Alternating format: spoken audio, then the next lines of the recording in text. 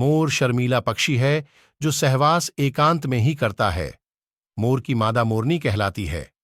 जावाई मोर हरे रंग का होता है।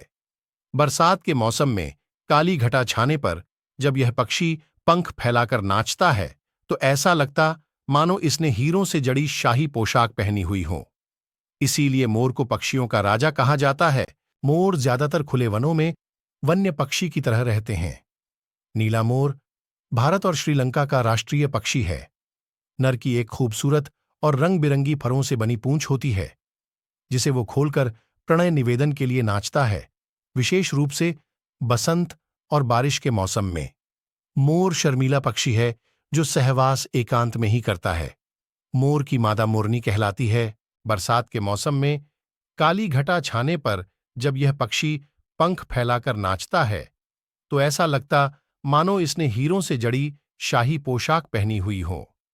इसीलिए मोर को पक्षियों का राजा कहा जाता है। पक्षियों का राजा होने के कारण ही प्रकृति ने इसके सिर पर ताज जैसी कलंगी लगाई है। मोर के अद्भुत सौंदर्य के कारण ही भारत सरकार ने 26 जनवरी 1963 को इसे राष्ट्रीय पक्षी घोषित किया। हमारे पड़ोसी देश म्यांमार का राष्ट्रीय पक्षी भी मोर ही है। फैसियानिडाई परिवार के सदस्य मोर का वैज्ञानिक नाम पावो क्रिस्टेटस है। अंग्रेजी भाषा में इसे ब्लू पीफॉल अथवा पीकॉक कहते हैं। संस्कृत भाषा में यह मयूर के नाम से जाना जाता है। मोर भारत तथा श्रीलंका में बहुतायत में पाया जाता है।